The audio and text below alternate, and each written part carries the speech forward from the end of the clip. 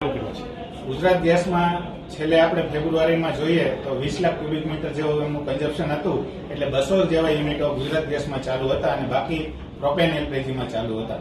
એમાંથી જોઈએ તો એમને જે 80% ગેસ મળી રહ્યો હતો એમાં અત્યારે સિરામિક ટાઇલ્સ બનાવતા અને સેનેટરીના ટોટલ મળીને 40 જેવા યુનિટ અત્યારે ચાલુ છે. અત્યારે ભાવ વધારો આવી રહ્યો છે, એમાં તો કેટલા ભાવ વધારો આવી રહ્યો છે, પહેલા કેટલો ભાવ હતો અને એની અસર અત્યારે ઉદ્યોગ ઉપર શું થઈ શકે છે?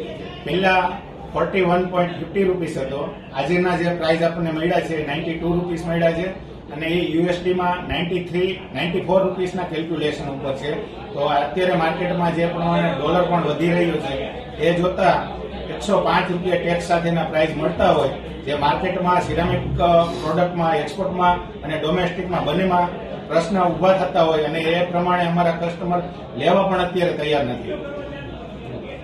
આપણે આવનારા દિવસોમાં જ્યારે ફેક્ટરી ચાલુ કરવાની વાત હતી, તો આ જે ભાવ વધારો છે એમાં ફેક્ટરી ચાલુ થઈ શકે એમ હોઈ શકે એમ છે કે આના કારણે ફેક્ટરીનું મોટું નુકસાન થઈ શકે? હાલમાં જે પ્રાઇસ મળે છે એમાં ફેક્ટરી સર્વાઈવ થઈ શકે એવી કન્ડિશન નથી.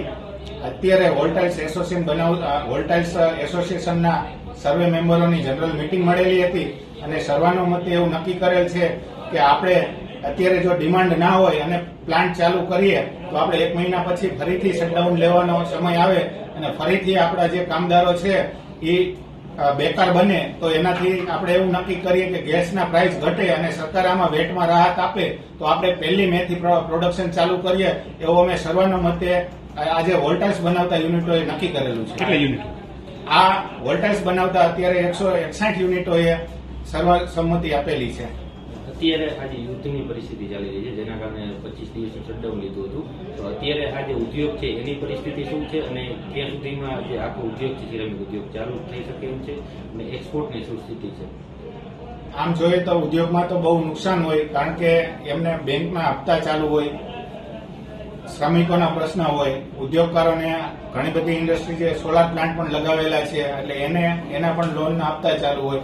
એટલે મંદીમાંથી જ આમ તો છેલ્લા ઘણા સમયથી આ સિરામિક ઉદ્યોગ સફર કરી રહ્યો હતો અને એમાં જ્યારે આ પરિસ્થિતિ આવી એટલે ઉદ્યોગોને ટૂંકા ગાળાનું તો નુકસાન છે પણ લાંબા ગાળે પણ ઘણું નુકસાન થવાનું છે. એક્સપોર્ટ માર્કેટની અંદર જે જીસીસી કન્ટ્રી છે એમાં આપણે 25% જેવું એક્સપોર્ટ થઈ રહ્યું હતું, એ પણ હવે 2 વર્ષ સુધી આપણને એમાં શક્યતા બહુ દેખાતી નથી અને આપણો કોમ્પ્યુટર કન્ટ્રી ચાઇના છે એટલે એની સામે આપણી પ્રોડક્શન કોસ્ટ વધી જતી હોય, આપણને એક્સપોર્ટ માર્કેટમાં પણ મોટું નુકસાન જવાનું હાલ દેખાઈ રહ્યું છે.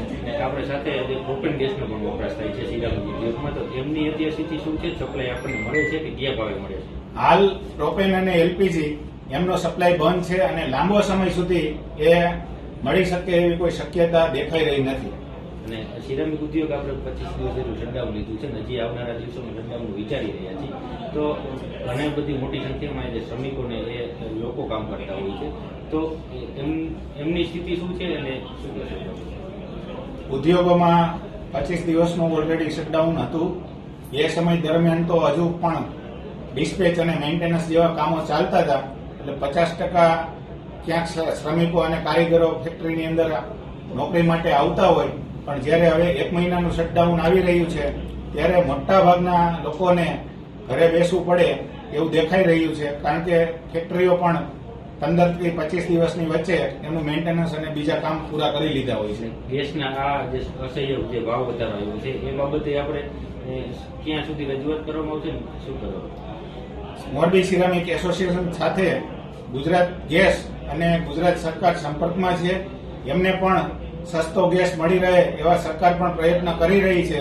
જો એ બેનિફિટ મળશે તો એ પાસ ઓન કરવા માટે રેડી છે અને ઉદ્યોગોને મદદ કરવા માટે એના પૂરતા પ્રયાસ છે.